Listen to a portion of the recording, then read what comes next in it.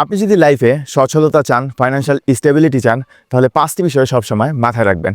Number 1, quickly কখনো lifestyle change করবেন না। দেখা যাচ্ছে আপনার বেতন 30,000, এটা বেড়ে যদি 3 লাখও হয়, ম্যাক্সিমাম ক্ষেত্রে দেখা যায় আমাদের লাইফস্টাইল কিন্তু আমরা অনেক কুইকলি চেঞ্জ করে ফেলি, অ্যান্ড আলটিমেটলি আমাদের জীবন যেমন চলার ঠিক সেরকমভাবেই চলতে থাকে। লাইফস্টাইল চেঞ্জ করে ফেললে কিন্তু প্রতিদিনের খরচ আপনার বেড়ে যাচ্ছে, তাই একটা সময় পর দেখা যায় আমাদের সেভিংস হয় না, এবং আমরা কোনো একটা বিপদে পড়লে কিন্তু বিপদটা অনেক আমরা মোকাবেলা করতে পারি না, কিন্তু আলটিমেটলি আমাদের ইনকামটা কিন্তু বেড়েছিল।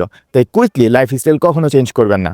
নাম্বার 2, নিজেকে বড়লোক দেখানোর জন্য কখনো ব্র্যান্ডের দামি ঘড়ি, দামি জুতা, মোবাইল এই জিনিসগুলো কিনবেন না, কারণ আপনার যে ইনকাম সেই সামর্থ্যের মধ্যে যতটুকু কুলায় ঠিক সেরকম রেঞ্জেরই জিনিস ইউজ করবেন।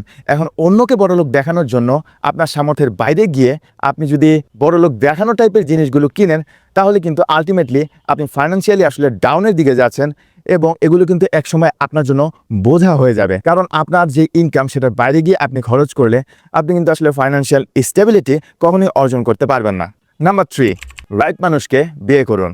ব্যাপারটা অনেকটা হাস্যকর মনে হতে পারে আপনি যদি জীবন নিয়ে ডিপলি থিঙ্কিং না করেন। লাইফ পার্টনার চুজ করার ক্ষেত্রে আপনাকে কিন্তু অবশ্যই এই ক্ষেত্রে একটা ওয়াইজ ডিসিশন নেওয়া লাগবে, কারণ ফাইন্যান্সিয়াল স্টেবিলিটি অর্জন করার জন্য এটা কিন্তু লাইফের one of the most important একটা ডিসিশন। তাই আপনি ছেলে হন বা মেয়ে হন, পার্টনার চুজ করার ক্ষেত্রে এই ব্যাপারে কিন্তু আপনার সচেতন থাকতে হবে। নাম্বার 4, একটা ইনকাম সোর্সের উপর কখনো ডিপেন্ড করে বসে থাকবেন না, কারণ আজকে আপনার দিন ভালো যাচ্ছে, হতে পারে যে সোর্স থেকে ইনকামটা হচ্ছে সেটা হয়তো অফ হয়ে গেল হঠাৎ করে, তাহলে বাকি দিনগুলো আপনি কিভাবে কাটাবেন? তাই সময় ভালো থাকতে থাকতে মাল্টিপল ইনকাম স্ট্রিম ক্রিয়েট করার চেষ্টা করুন।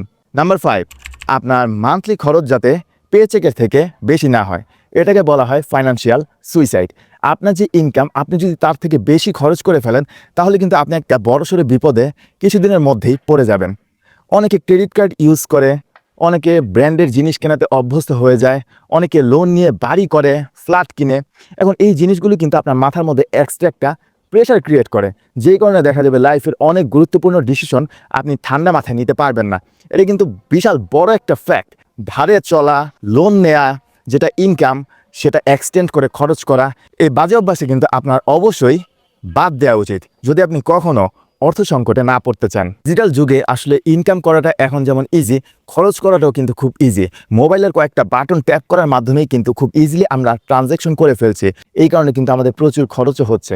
এখন আপনি যদি খরচের লাগাম টানতে না পারেন, তাহলে কিন্তু ইন দ্য লং রানে আপনি আসলে যত ইনকামই করেন না কেন, আপনি কিন্তু ফাইন্যান্সিয়াল ক্রাইসিসে পড়তে পারেন।